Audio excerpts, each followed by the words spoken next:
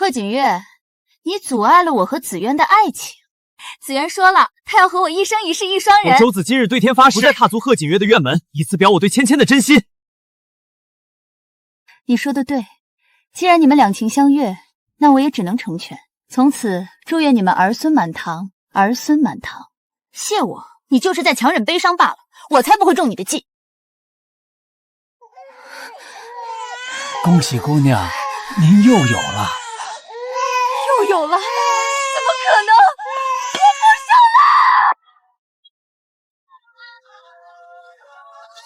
了！这女子是谁呀？大庭广众之下，竟如此不顾清白名声。你就是紫渊盲婚哑嫁的妻子。你这女子！紫渊，不介绍一下吗？锦月，这是宋芊芊，她是我在南下途中所救的孤女，本想另做安排，谁知芊芊谈吐见解皆是不凡，赈灾时更是替我出谋划策，提出了许多我闻所未闻的良策。芊芊立了功，我不能让她自生自灭，她无家可归，带她回来同你作伴也是好的。所以夫君是想纳她为妾？夫君，我对这名女子如何聪慧并不感兴趣，我只想知道你打算如何处置她。是打算当做一个普通朋友，暂且收留在家中吗？这般堂而皇之住进陌生男子家中，传出去，他的名声也是要坏掉。还是说，夫君想直接给他一个妾室名分？若是要纳妾，我作为当家主母，自然得上点心，做好这纳妾的规矩。左不过是一个贵妾。贺锦月，你说这话什么意思？谁要当妾？那是小三，我怎么可能去当小三？姑娘便是再没规矩，也得知道最基本的礼仪吧？对着主母指手画脚，成何体统？月娘，芊芊性子直率，你这般说话会让她误会的。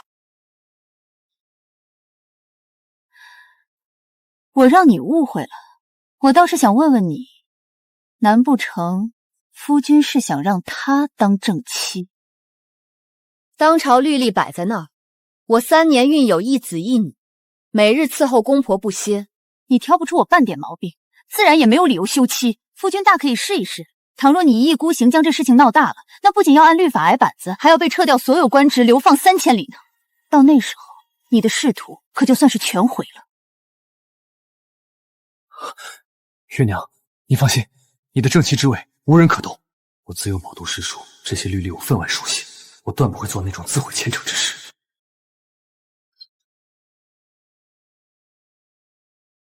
月娘，我先向你赔个不是。月娘聪慧，想必你自然已经看出来，我对芊芊有意了吧？夫君既然说的这么直白，那我也不瞒夫君，我虽有些难过，但我自幼家中规矩学得很好，替夫君纳妾，这本就是我身为正妻必须做的事。阿娘曾告诉我，若是我嫁入府中2年还未有孕，那不必等到公婆和夫君提起，身为正妻，我就得主动张罗纳妾的事。即便我入府不久便有孕，也要主动替夫君纳妾，毕竟我有孕多月，是无法伺候夫君的。总归无论如何，替夫君纳妾是一定会做的事情，只不过是早晚而已。我心中早有准备。但今日宋芊芊当众亲口说过，她自己绝不为妾，而夫君刚才也说了，你绝不可能休妻。那么，我想问问夫君，既然她不肯为妾，你又不肯休妻，你又该如何两全呢？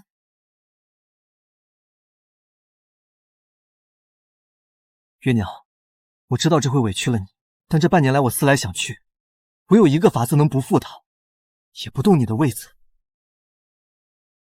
月娘，芊芊是个很特别的女子，我原本是想纳她为妾，但她说了，她只要一生一世一双人，此生绝不可能与他人共侍一夫。所以正妻之位永远是你的，但从此我将不会踏足你的院门半步，而我也会以平妻之礼待她，如此才不算辜负了芊芊。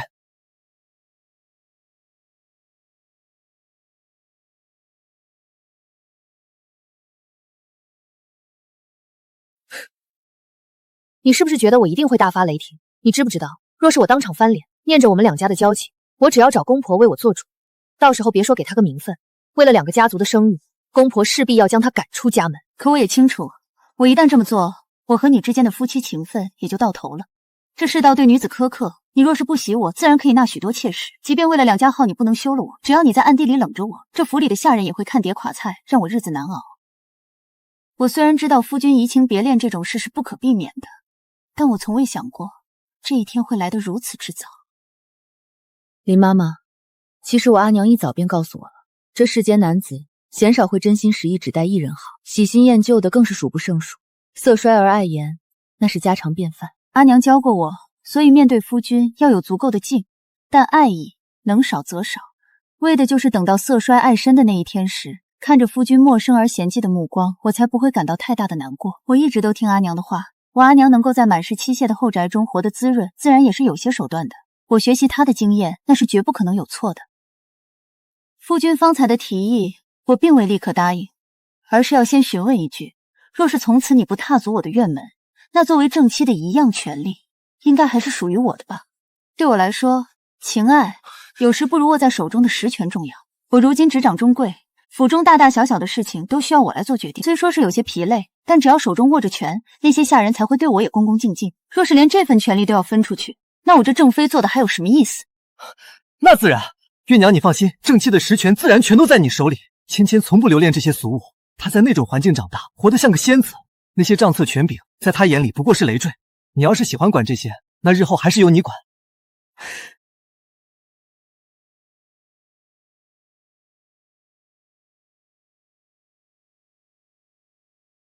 不留恋俗物吗？夫君，既然你这么说了，那我还有许多细节要细细询问。你说，只要我能办到的，一定答应。你从此不踏足我的院门，那我是否还能够以你正妻的名义自由出入府中？往后京城里的各种宴会，我是否还能如常出席？除了与你见面外，其他一切是否都没有变化？月娘你放心，除了一点，从此我不会再同你有任何夫妻之事，其他的一切都不会有半点变化。你依旧是这府里唯一的周夫人。夫君，看着现在的你，我若说我从来没有喜欢过你，那绝对是骗人的。只是你如今的心思已经不在我身上了，我强求也没有任何意义。至于你口中要给宋芊芊的平妻之位，夫君，你读过律法，我也读过，本国律法中可从来没有平妻这一说辞。说到底，她宋芊芊不过还是一个身份略微尊贵些的妾室罢了，而妾室永远不可为正妻。周家有爵位，一脉传承长子嫡孙，只要我的儿子长成，这爵位就只能是他的，整个族中的长老也只会认我生的儿子。只要你同意，你说什么便是什么。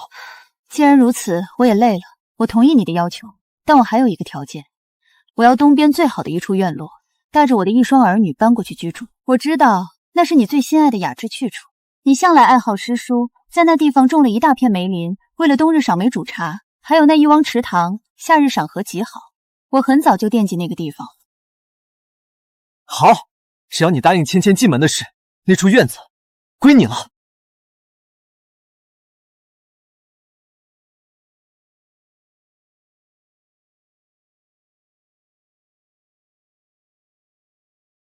林妈妈，这处东院真好啊，奈何周子渊以前宝贝的跟什么似的，总说这里雅致，不许任何人居住。如今我总算有理由将他收入囊中了。为了防止周子娇反悔，咱们动作得快。夫人放心，老奴盯着呢，一早就让丫鬟小厮们开始收拾了。大家手脚利索点儿，今日之内必须把所有行李全都搬进这东院来。真是三伏天动一动就一身汗，不过这心里倒是痛快。这一整日都不带歇一下的，总算布置的差不多了。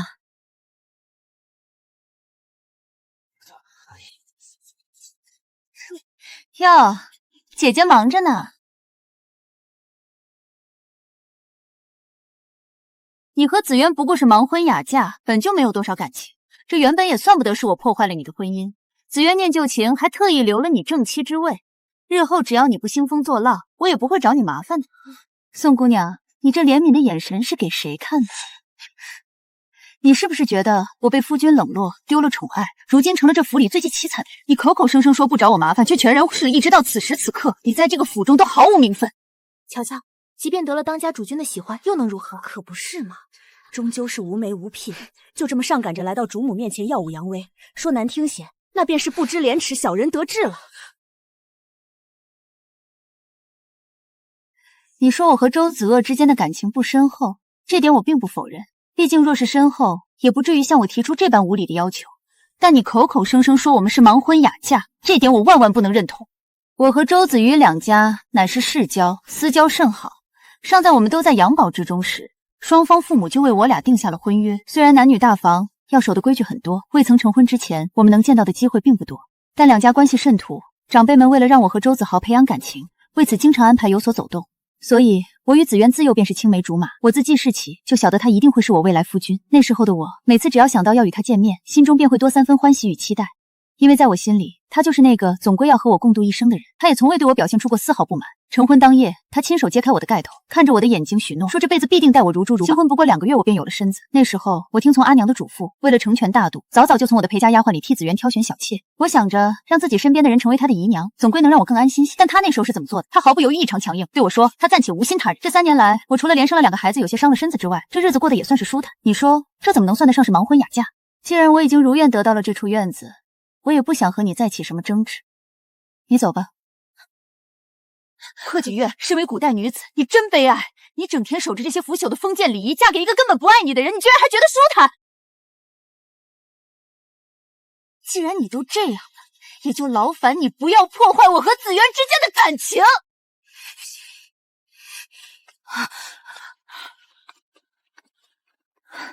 林妈妈，你听到了吗？她说身为女子，守着礼仪是很悲哀的事。悲哀吗？也许吧。可这世道，无论谁都会有所悲哀。可我觉得我已经极度幸运了，我有一个当官的爹爹，让我自幼锦衣玉食，娇养在闺中，从小到大，他未曾让任何人欺负过我。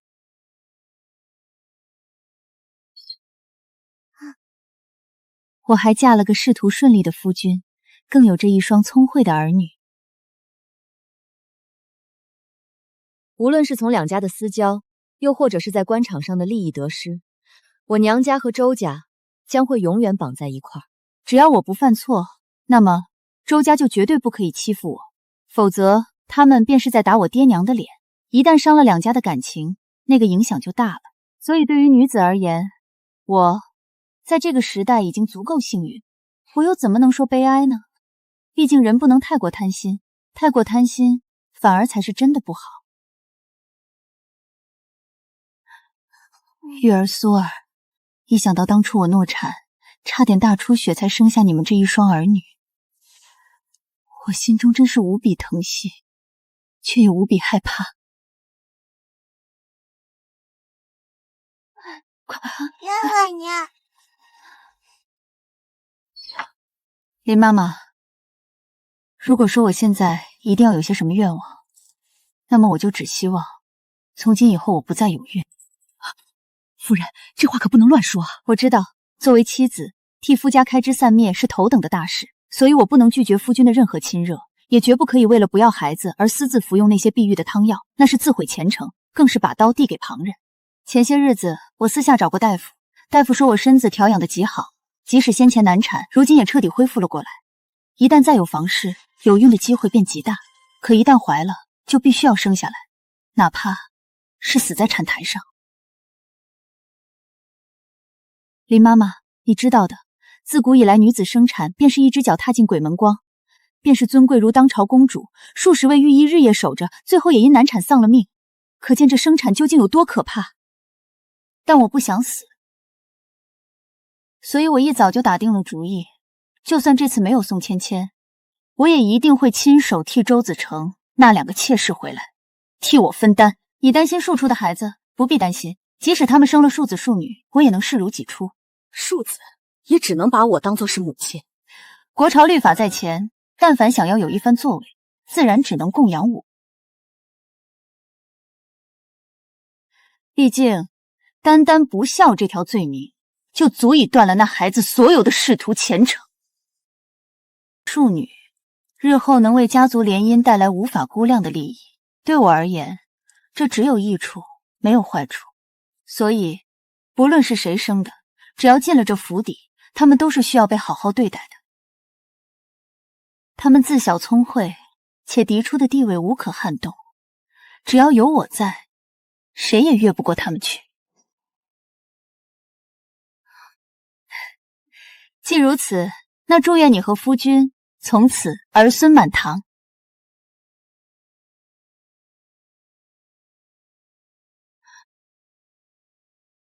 这是我最真挚的祝愿。这5年来，我搬去东院，日子过得简直不要太滋润。我执掌中议，府内上下大小事务尽在掌握。见过夫人。哪怕是夫君这5年来从不来我院中，这些下人对我也是毕恭毕敬，从不敢有半点轻视。公婆知道周子渊的所作所为，算是负了我，对我爹娘也是有着愧疚，因此对我诸多怜悯。这5年来，从没有半点为难和苛责。我家锦月啊，特别贤惠。子渊那孩子性子轴，这些年委屈了锦月，我这做婆婆的都看在眼里，疼在心里。母亲谬赞了，儿媳照顾公婆是本分。玉儿，你真是聪慧极了，才7岁便被选为了太子伴读。还有苏儿也乖巧，不到6岁，琴棋书画都已学会。只要我日后悉心教养着，他们都能够为自己博得一个大好的前程。林妈妈，你瞧，这满园的春色多好！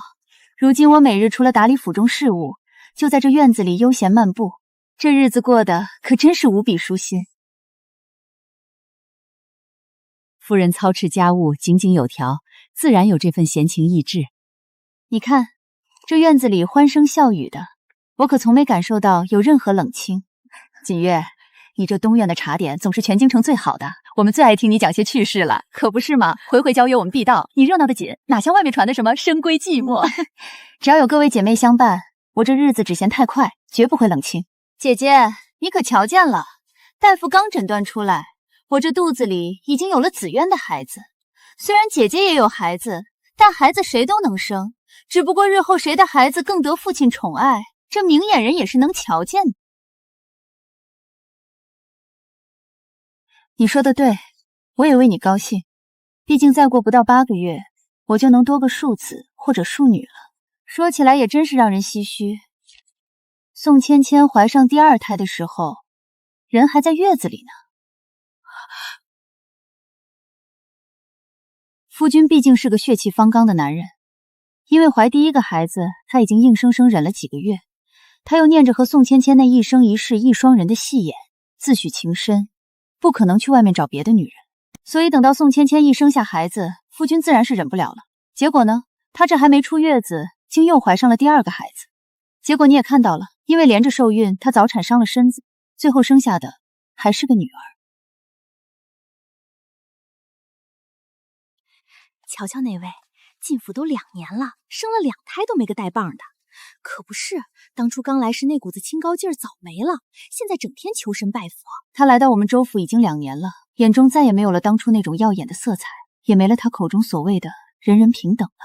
这世道，没个儿子傍身，他哪里还平等得起来？哪怕他身子好，主君又爱他，那又如何？这世俗的唾沫星子最是伤人。滚！都给我滚出去！为什么？为什么还又是个女儿？为什么我生不出儿子？夫人，听到了吗？府中议论的人越发多了，都说他没福气生出儿子。他这又是气得砸坏了房间里好几件摆设呢。这也是他自找的，当初何必把话说的那么满？芊芊，你这次怀上第4胎，倒比往前沉得住气。那是因为我得等到看清了性别才好来见姐姐。姐姐，我如今已经知晓了，这肚子里可是个男孩。既然这古代需要儿子继承家族产业，那我的儿子日后一定当仁不让。芊芊，你现在的样子，像是能有个儿子就是一件十分值得炫耀的事情。可我若没记错，当初你生第1个女儿时，你亲口对我说过，儿子女儿没有什么区别，我反而会更疼爱女儿些。看来你说谎了。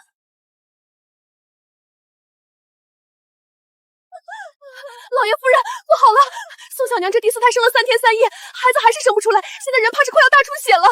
天大地大都没有我周家的血脉至亲重要。你听好了，一旦有任何差池，必定要保住孩子，那是我们周家的孙子。我听到了，他们说要保孩子，我的命在他们眼里竟什么都不是吗？小娘，您快喝了这烧好的吊命人参，主君说了，无论如何也要您撑下来。费了这么大的力气，终于生下来了。林妈妈，这女人生子本就是一脚踩进了鬼门关。是啊，宋小娘这回确实是死里逃生。她这一胎接着一胎的生，身子亏空之下还没补好，就不断有孕生子，这本就是一件极危险的事儿。到那时，原先的正头娘子就变成了一抔黄土，再也不会有任何人记得她。偶尔人们议论，也只道一声贤良淑德，无所谓值不值得。宋芊芊也像是终于知道害怕了，她竟然背着人想要偷偷从外面拿一些避孕的药。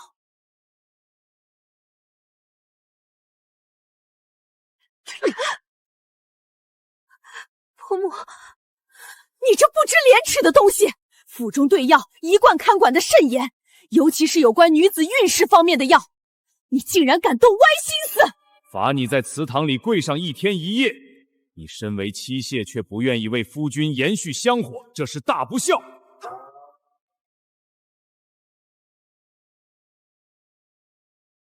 林妈妈，即使她已经有了4个孩子，但在公婆眼里不够，远远不够。都生了4个了，还不肯放过他吗？深宅大院里再多的孩子也是能够养的，才4个而已。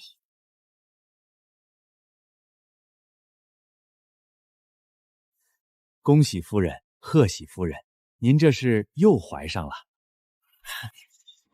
第5胎，又是第5胎，为什么还是不肯放过我？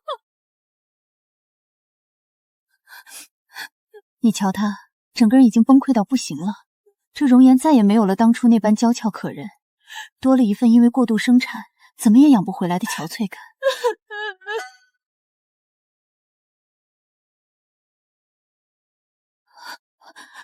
我一定要生下这个孩子吗？上一胎难产的痛苦还历历在目，怎么办？我不想生，我不要生。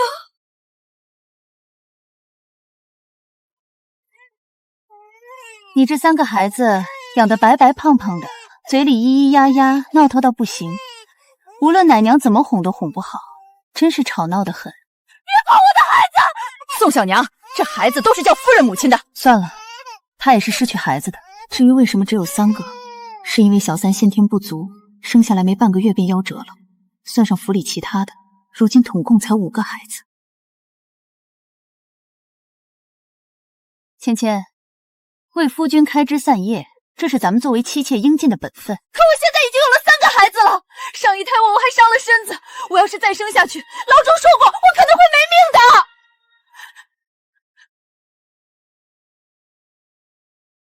放肆！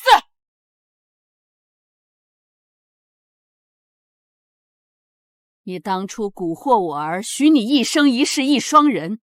既如此，我周家延续香火的任务，自然也要全部交给你了。不过是几个孩子，你难道都生不了吗？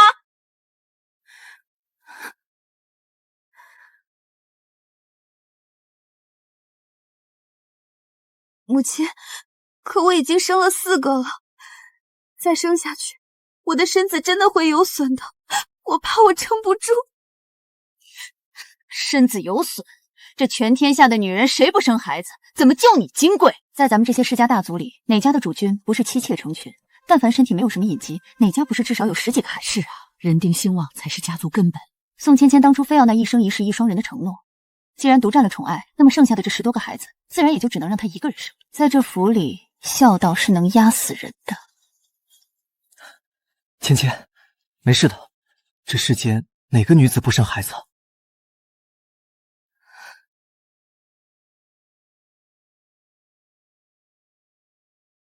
你该明白，我为了你顶着多大的压力才不纳妻妾，但为了让我爹娘宽心，为了周家的香火，你也要多担待一些。你看，哪怕紫萱再喜爱他，可他自幼被灌输的念头，竟是娶妻纳妾，为了传宗接代，在他眼里，生10几个孩子才是正常的。多担待？怎么，在你们眼里，我难道就是一个负责生育的机器吗？机器是什么意思？但瞧着他那脸色，我大抵也能猜出一些。但这一切都是你自己选的，既然选了，那就得受着。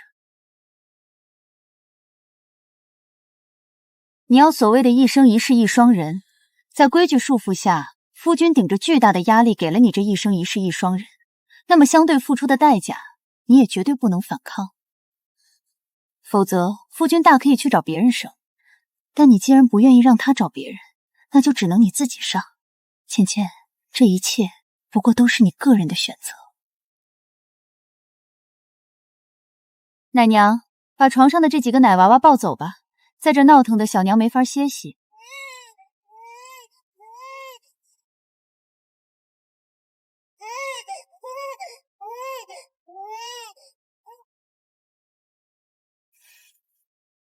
倩倩，你别怕。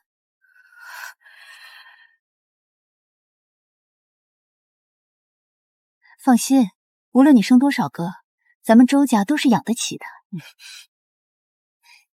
就算以后没了钱，这些孩子总归是要喊我一声母亲的。我便是拿出我自己的嫁妆，也一定会让这些孩子长大成人。怎么想将我生吞活剥了？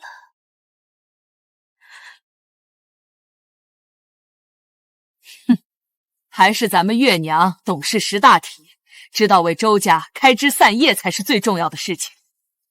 芊芊，你还是好好学一学吧。如今受苦怀孕的人不是我，可我还能得婆婆的夸奖，能让公婆更喜欢我，那是夫人您应得的。但我知道，某人现在可是一点都欢喜不起来。郎中，关于芊芊小娘保胎的事，你务必细心，饮食起居都要按最高的规格来，绝不能出半点差池，明白吗？是，大夫人放心，小的一定竭尽全力。今日我还有个宴席，邀请了多位夫人前来，办得很是热闹，咱们快走，可不能去晚了。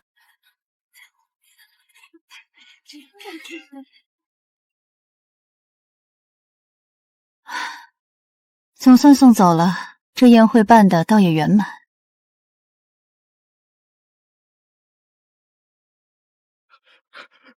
大夫人，不好了，宋小娘她不见了！你说什么？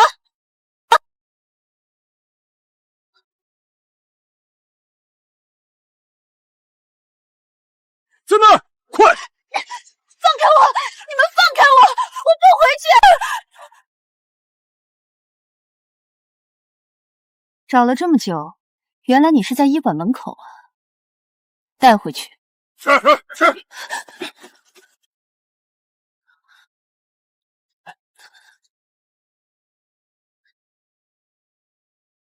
贺锦月，你这是什么意思？你居然派人跟踪我！若我不派人找你，又怎么会知道你居然胆大包天，居然想自己去府外找郎中弄药，要打掉你腹中的骨肉？月娘，芊芊不过是太害怕了，现人今已经把人找了回来，你也没必要如此苛责他了。还愣着干什么？没听到夫君说话吗？还不给我松绑！切！你们算个什么东西？居然敢拿绳子绑我！我要把你们都卖了！小娘饶命！小娘饶命啊！奴才们也是听令办事。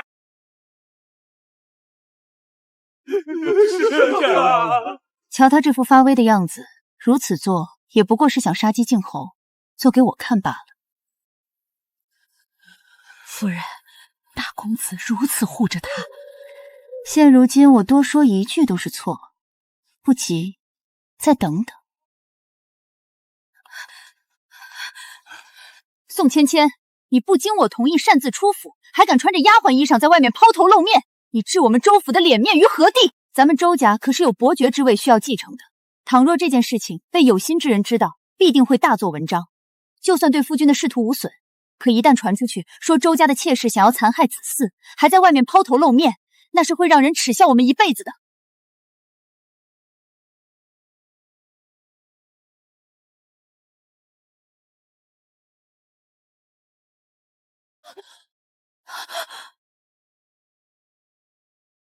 你不过是一个妾室，居然敢在外面抛头露面，还敢动心思要打掉我的孙子，你当真是胆大包天！母亲，芊芊她怎么，他犯了如此大错，你难不成还要偏帮他？你瞧婆母的眼神，咱们周家家大业大，婆母也不只有周子渊这一个儿子。若他今日因为一个妾室惹了公婆伤心，那便是大不孝，是忤逆。那大公子岂不是……这大不孝的罪名一旦落实，周子渊这辈子也就算是毁了。平时他可以训斥我，但在咱们这种人家，孝道是大过天的。况且宋芊芊这次确实是犯了大错，被公婆责骂，甚至动手，周子渊也是没有理由能够袒护他的。母亲，儿子不敢。这一句话就让宋芊芊无计可施了。要是连周子渊都不帮他的话，那么整个周府就再也找不出第二个人能够替他撑腰了。这几年，宋芊芊在府里养尊处优，从未干过任何活，一张小脸养得白白嫩嫩的。婆母这一巴掌甩下去，瞧瞧，很快就红肿了一大片。她现在只能倒在周子渊怀里哭，因为她心里也清楚，在公婆面前，周子渊已经无法偏帮她了。除了不断哭泣卖怜，她现在什么也做不了。用眼泪当武器，让周子轩心疼，然后又在他耳边吹枕边风，试图去离间他和公婆的骨肉心情。这岂不是太糊涂了？所以说，他这种行为显然蠢得可怜。月娘，你是咱们周家明媒正娶的儿媳，这府里的规矩你最清楚。你说说，今日之事该怎么处理？马上一顿自然是不可不生气，便是他肚子里还有个孩子，公婆也是不允的。母亲，芊芊妹妹今日如此冒失，可见是心不静。既然心不静，就让她在房中抄写经书2个月，磨一磨性子。这2个月里，我也会日日派人给她送去她喝下药，逼不叫腹中胎儿出半点差池。2个月时间，就算她再怎么有孕，不能过于疲劳，那一本经书也是能够抄完的。这就是换了个名头的禁足，对于宋芊芊这种活泼好动的女子而言，无异于是极大的惩罚。芊芊，不过2个月而已，你这段日子就好好在房中抄写经书，然后安心保胎，莫要再让爹娘恼怒了。你放心，我依旧会日日去陪着你的。夫人，您瞧瞧，少爷对着她可当真是深情动人呐。夫君，你要这般日日陪着我，就是不知道有些人会不会因此吃醋呢？吃醋？我现在明明快活得很，我大权在握，远在他方的爹娘为我撑腰，近处的公婆对我体谅备至，夫君的仕途也一帆风顺。更重要的是，我的儿女聪慧得体。我这日子除了没有夫君的时时陪伴，说不出半点不好。至于夫君是否会陪伴这件事，我从一开始便没有对他抱有太多期待，所以我也并不失望，更谈不上会不会吃醋了。宋芊芊，你要记住了，只有真正在意一个人的时候，才会去在意别人是否吃醋。你瞧，咱们这皇城中也不是没有过夫妻太过于恩爱，因此不愿意纳妾室。结果呢？结果有公婆盯着，儿媳1年接着1生，身子越来越虚弱，最后死在了产床上。可世人只会说这妻子当真是贤良淑德，为了夫家生子舍弃了自己的命，不会有人觉得为了一个孩子丢了命不值得。千古以来，这世道便是如此。这没了性命的妻子会被世人夸这么3、2天，而后不出几个月，公婆就会以不能没有当家主母为由，上门当户对的另一家适龄女子下聘，给儿子娶为继室。这就是世道，新人在笑，谁还记得旧人哭？这宋芊芊，她总觉得自己那些小手段能让我心里不痛快，却不晓得对于我而言，这点事情我甚至都没有放在心上。大父亲心胸宽广，自然不与他计较。你看他那样的，而且这足足2个月的禁足是公婆亲口定的，就算他再怎么在周子君面前扮柔弱装乖巧，这责罚也是无可避免的。这2日抄写的经文，字迹像狗爬一样。既然他能大大方方的写出来，我自然也能大大方方的拿着他抄写的经文给府中众人看。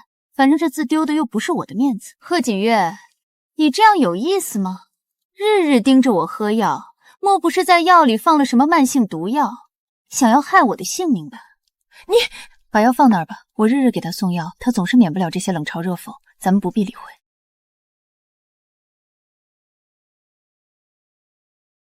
瞎说什么嘛！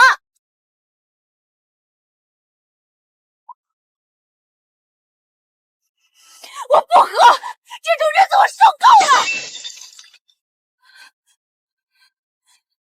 宋芊芊，你若是不想公婆再责罚你，就好好把药喝了。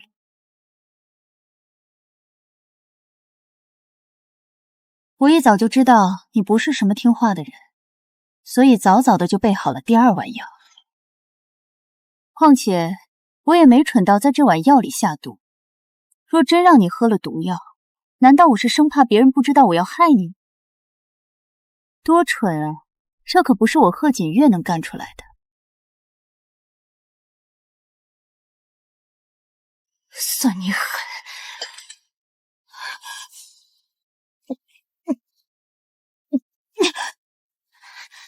哭死了，哭死我了！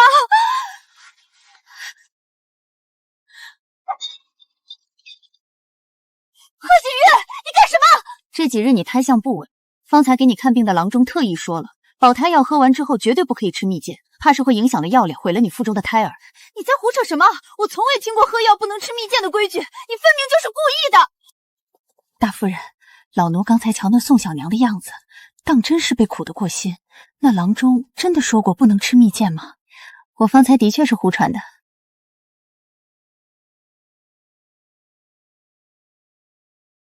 谁让他的确是过于讨厌。既然要在房里待着，那就多吃点苦头，在那碗药里加一些会让药汁变得更苦更难喝，却又不破坏药性的东西，对我来说其实很简单。那郎中那里，至于能不能吃蜜饯，我说郎中说了这话，那便就是说了，一定白花花的银子，怎么样也能封住一个郎中的嘴。况且我只是让他不吃蜜饯，这既不会伤害孩子，也不会出什么意外。那个郎中拿钱办事，嘴巴定能封得饱饱的，这种何乐而不为的事儿，他聪明着。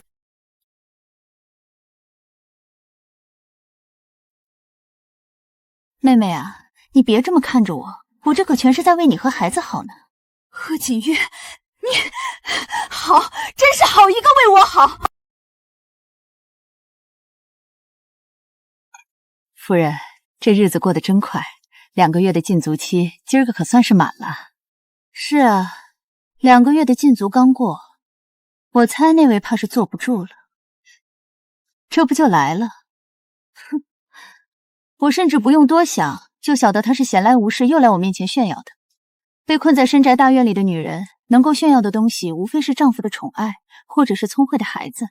除此之外，那就只有这些珠宝首饰了。哎呀，姐姐，紫苑最近得了赏赐，你瞧瞧这些珠宝，可都是上好进贡来的，是当今陛下亲赐的呢。紫苑体恤我辛苦，把这些赏赐全都给了我。紫苑她怎么也没留1、2件给姐姐你呢？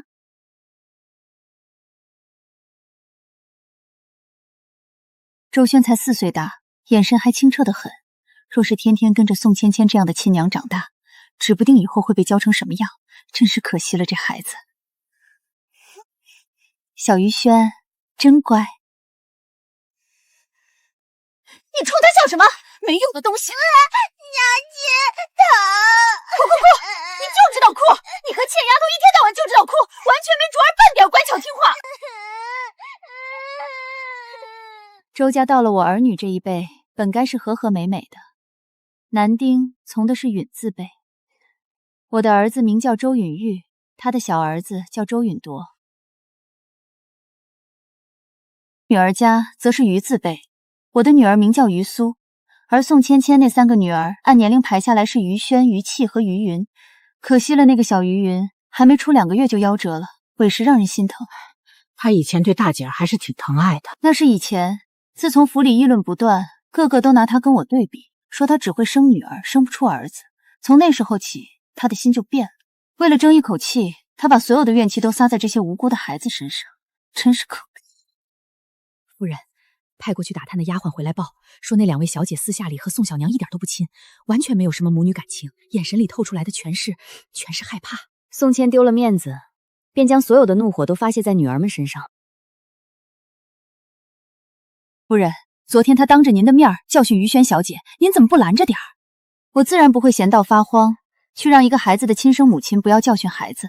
毕竟周子舟护着他呢，在他眼里，我是外人，他是心头肉，我哪有什么权利直接管他的孩子？但我不管，不代表没人能管。父亲、母亲，儿媳有一事，不知当讲不当讲。昨日在那院里，我亲眼瞧妹妹当众教训轩丫头，下手重得让人心惊。什么？她当着你的面都敢这么教训轩丫头？是啊，她在外人面前尚且如此，私下里可想而知她是怎么欺负我周家血脉的。胡闹！虽然我们疼惜孙子，但这孙女体内也流淌着我周家的血脉，怎能任由她随意作践？即使她是孩子的亲娘，那也不行。夫人，大喜事！老太爷和老夫人刚刚派人去了侧室院里，强行将他的3个孩子全都抱回了他们的院子，说是以后要亲自教养，不让侧室插手了。林妈妈，你瞧这报应来得快不快？还是夫人有远见。这午膳我不用了，去把玉儿和苏儿带上，咱们现在就去公婆院子里陪孩子们玩。爹娘，求求你们了，把孩子还给我吧，那是我的命根子，你们快把孩子还给我！哼，怎么？你是觉得我和你婆婆教不好你的孩子？不是这样的，可他们是我的孩子，是我的亲骨肉啊，我的。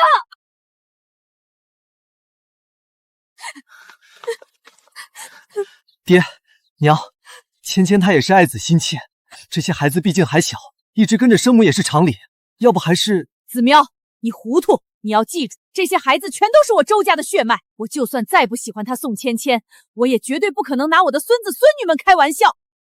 还是说，连你也觉得我这个做祖母的会教不好你的孩子们？他现在哪敢说半个不字？他自己就是公婆亲自教养出来的，若是他敢否认公婆的教养能力，那不就是在说他自己不够好吗？夫人说的是，二爷最是在乎体面，这种会损了他自己尊严的话，周子恒这辈子都说不出口。芊芊，你不要想太多了。如今你怀了身孕，身子重，照顾这几个孩子确实不方便，让爹娘帮忙代为照顾，岂不是更好？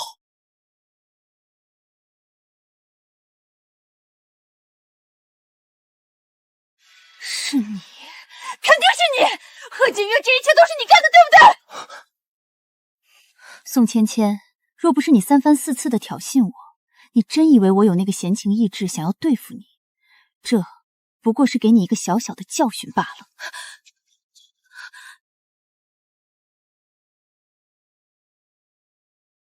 他算个什么东西？我作为这府里的当家主母，按照规矩，那些孩子名义上都是我的孩子。夫人这次出手，确实让侧室乱了阵脚。我如今这般做，也是为了这些孩子的前途着想。他只知道攀比炫耀，这些孩子若是跟着这样一个没见识的小娘长大，等他们以后长成出门，外人知道是在他跟前教养的，那是在给他们自己的名声抹黑，倒不如送去给公婆教养。公婆虽古板，但名声正，日后孩子也能博出一个好前程。只可惜宋芊芊那个蠢人根本不懂我的苦心。夫人，侧室宋氏求见。他前不久刚跟我吵得不可开交，那副样子恨不得要吃了我，今日就上门求和。姐姐，我真的知道错了。这些日子我一个人的时候总在想，如今儿女们都不在我身边，我觉得我那整个院子都变得空荡荡的，心也跟着空了。姐姐，求您帮帮我吧。姐姐，你看，你这里还有如此好的景色可以观赏，但我的院子里现在什么都没有了。姐姐，若是这几个孩子还不能回到我身边，我当真会伤心死的。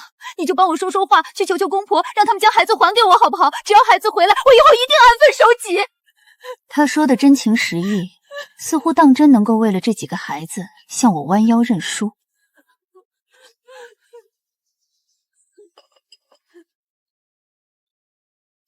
雨轩，你怎么了？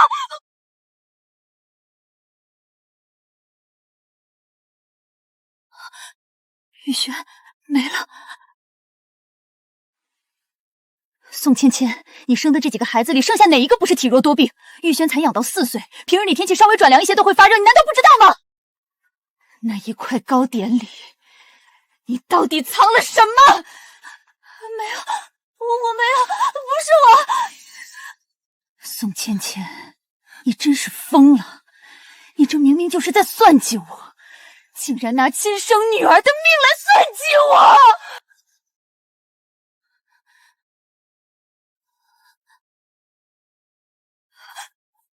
轩儿，我的轩儿，你醒醒啊！你别吓娘啊！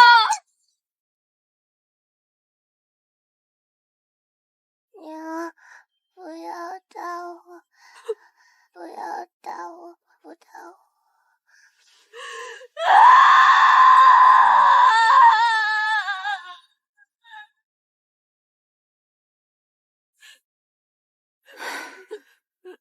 这叫什么？这就叫害人终害己。宋芊芊今日带着这碟子东西来，左不过是想给我下那种慢性的不干净东西。可偏偏我这人从不信任他，或者是出于习惯性的谨慎，我自然不可能去碰这些来历不明的糕点。而屋子里其他伺候的下人也绝不会猜到，她作为亲娘，竟然会在糕点里下这种狠药。夫人，这实在是太险了。方才我被宋芊芊拉着看窗外景色，谁能想到呢？玉轩才4岁，正是贪吃的年纪。他趁我们不注意，偷偷摸摸吃掉了一块糕点。玉轩本就身子残弱，再碰了那种药，这条命也算是亲手交代在他亲娘手中了。唉，何必呢？是你这个贱婢，是你做的糕点，是你害死了我的雨轩，是你下的药，我要杀了你！你看吧，你看他那副样子，即使他现在能把一切的过错都推到那个给他做糕点的婢女身上，可他自己心里难道不清楚吗？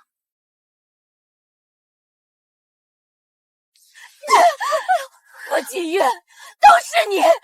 现在要不是因为你，我的轩儿才不会死！你还我女儿的命来！宋芊芊，你亲手害了自己的女儿，这样的罪，你又怎么可能会承认呢？你现在这副样子，无非是想找一个人背锅，好将你所有的仇恨都转移到那人身上。你现在是在不断的催眠你自己吧？告诉你自己，害死轩儿的是别人，是吗？你胡说！你闭嘴！我杀了你这个毒妇！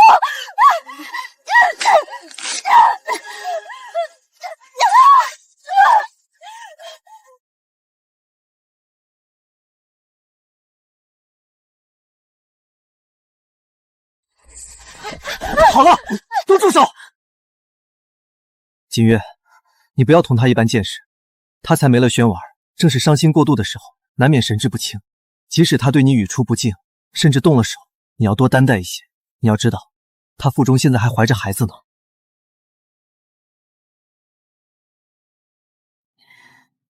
多担待，多担待。这件月牙白的衣裳，这可是我阿娘前不久才派人送过来的生辰礼，如今竟然被他弄成了这副样。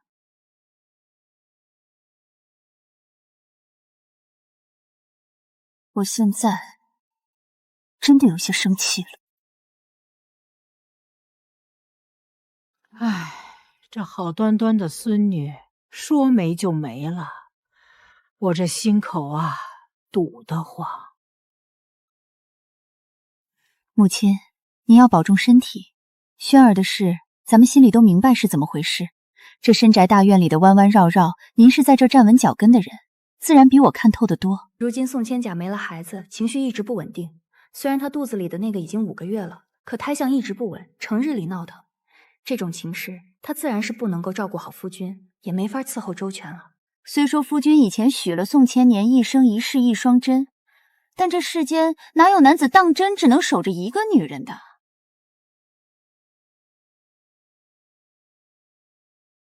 尤其他如今沉浸在失去女儿的痛苦中，自顾不暇，哪里还能顾得上夫君？与其让夫君冷清度日，不如由二老做主，替夫君纳2个小妾进门。只怕成不了啊。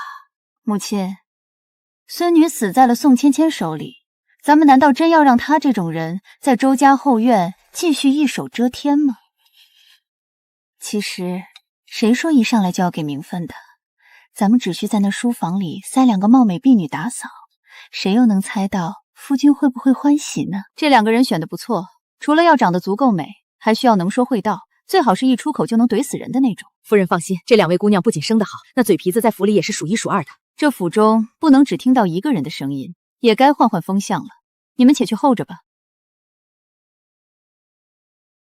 思源，你为什么还不动他？就是他下的脏东西，是他害死了我的轩儿，你一定要替我做主，现在就写休书将他赶回家。芊芊，你冷静点，这件事还没查清楚。不，你要是不念夫妻情分，就丢给他一把匕首，让他就在这自我了断，给我的轩儿陪葬。夫君，你听听，这般荒唐言语，他也能说出口？他这简直是自己在催眠自己，非要把这盆脏水扣在我头上。够了，芊芊，不要再胡闹了，这种事我绝不可能同意。查到了，真的是他，真的是芊芊自己亲手害了轩儿。爷，证据确凿，那药确实是宋姨娘身边的婢女买的。我该如何责罚他？他才没了女儿，可他怎么能如此狠心，又怎么能一直这样发疯？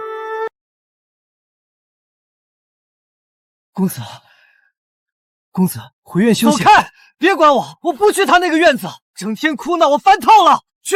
去书房。夫人，少爷已经喝得醉醺醺的，往书房去了，没去宋姨娘那边。这可是个绝佳的好机会啊！哎，你听说了吗？昨儿个晚上，主君在那2个新来的婢女屋里歇下了，听闻伺候的极好。何止是听说啊，这消息都长了翅膀，传遍全府了。主君昨晚可是一整夜都没出来呢。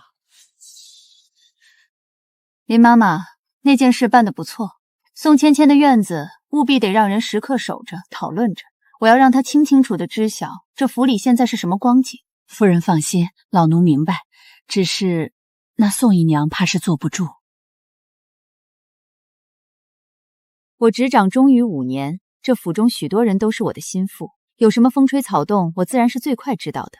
她若坐得住，就不是宋芊芊了。夫人，不好了！宋姨娘挺着5个月的孕坛，提着一把剑冲进主君书房了，说要杀了那2位姑娘。走，咱们也去瞧瞧热闹。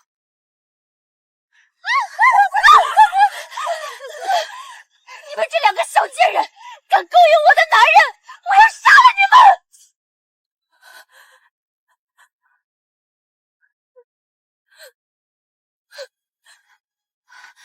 哎呀，这是怎么了？芊芊，你快把剑放下，你还怀着身子呢。周子渊，你曾说过要许我一生一世一双人，后来你又说贺锦月不能休，我就只能忍着委屈给你当平妻。如今算怎么回事？我还怀着你的孩子，你居然就背着我跟别的女人勾三搭四！周子涵，你对得起我肚子里的孩子吗？芊芊，你这番话简直是将夫君这一家之主的颜面生生的踩在脚底下了啊！哟，我当是谁呢？原来是宋姨娘啊！怎么，一个姨娘竟然这般善妒？我好歹也是清清白白的姑娘家，你如今就要这般提剑杀了我，我也不怕出去喊冤的。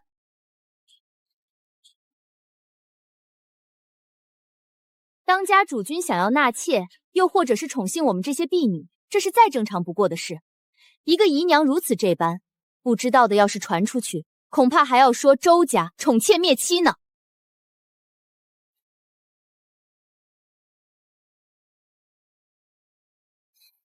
宋芊芊，这一切不过是误会，但你能不能先不要闹了？若是他关起门来闹一闹，夫君或许还能耐下心来哄着他。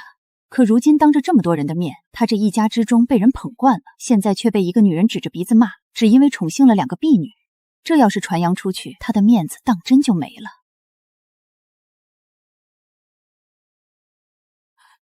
你居然让我不要闹！明明就是你先负了我，你怎么还能说让我不要闹？芊芊，虽说平日里你们有些深闺情趣也就罢了，可偏偏是在大庭广众之下，这么多双眼睛瞧着，当家主君被你这个姨娘打了脸，这算是什么笑话？宋姨娘，你太过分了吧！你怎么可以动手打当家主君呢？这要是传扬出去，京城里的人该怎么说咱们周家？是啊，我等心疼主君还来不及，你居然敢打他！你不过是仗着主君以往对你的爱，才敢如此肆意妄为。可怎么样也该在别人面前给主君留点面子吧。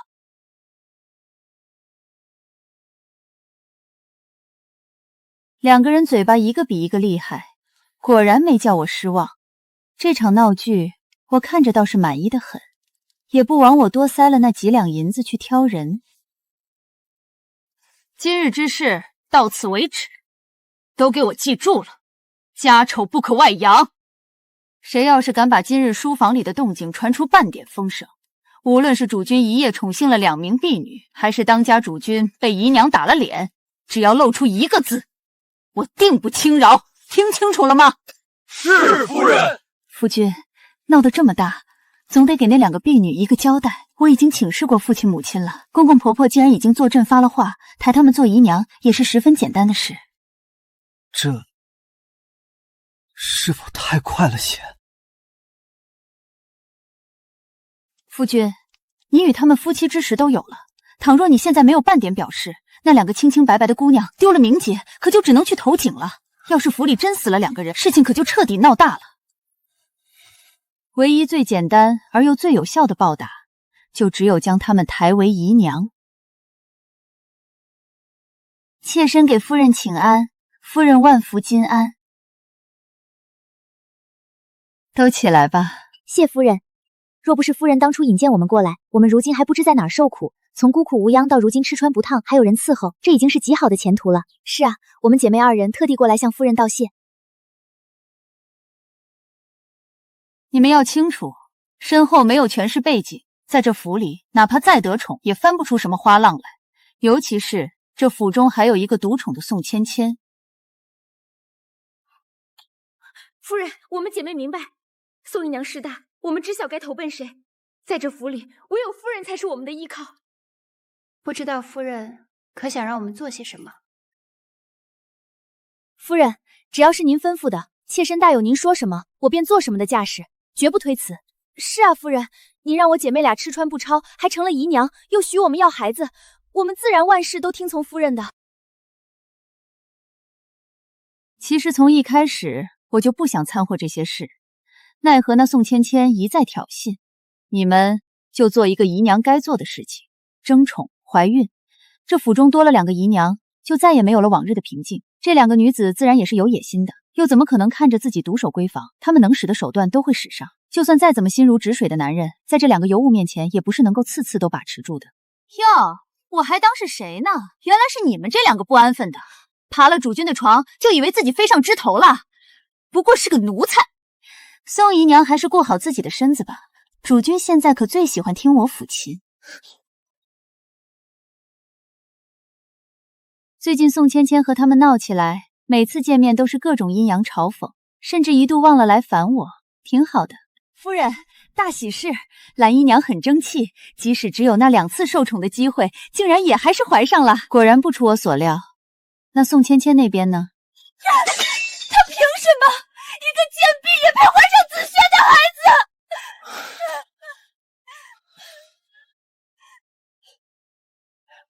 主君，宋姨娘请宽心，老夫刚才仔细瞧过了，您如今挺着7个月大的肚子，胎相稳固，老夫敢担保，这一胎必定是个儿子。你听见了吗，紫娟？我肚子里的是个儿子，看谁还敢跟我争！没了先前的狼狈，如今因为肚子里的孩子，倒是又变得神气起来了。到底是母凭子贵，宋姨娘这时又找回底气了。怀上算什么本事？能生下来才是本事。若是怀了个女儿，那又有什么用呢？生了儿子不得宠，那也跟没生一样。无论谁生的孩子，叫的可都是夫人为母亲。至于有没有用，又有多大的用，这也不是咱们妾室可以讨论的。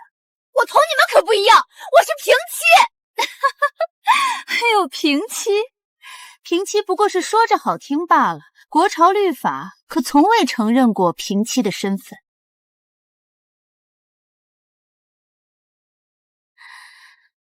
说到底不过是一个贵妻，怎么蹦的都是一个妾。这孩子练了会儿琴就累成这样，吃起东西来倒是一点不含糊。小小甲正是长身体的时候，乖巧的让人疼。这谁家的后院没几个姨娘勾心斗角呢？他们吵闹，我本不想放在心上，可这宋芊芊这几年的是被养的脾气越来越大了。从前我只想守着自己的一亩三分地，守着这2个孩子，没想过去争什么夫君的宠爱。所以宋芊芊以前每次挑衅，都像是一拳打在棉花上，软趴。如今有了这2个貌美的女子同他分庭抗礼，他自然是坐不住了，再也没了往日的平静。你们算什么东西，居然还敢和我相提并论！就算国朝律法不承认平妻，我也是紫渊心中唯一的妻子，谁都比不上我。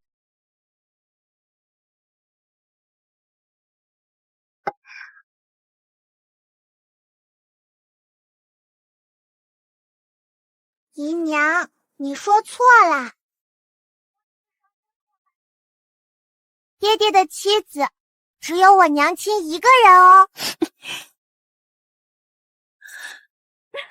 瞧瞧，咱们大小姐都知道何为妻，有的人真是不知天高地厚。妹妹，你说错了，这可不是不知道天高地厚，而是掩耳盗铃。明明什么都知道，偏还有这么一副清高模样，谁不晓得他骨子里其实下贱到极致呢？你也敢来笑话我？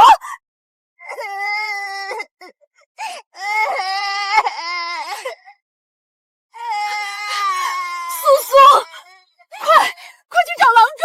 所有人，快去请最好的郎中来！哎呀，大小姐受伤了！天哪，宋姨娘好狠的心啊，她竟然伤害大小姐！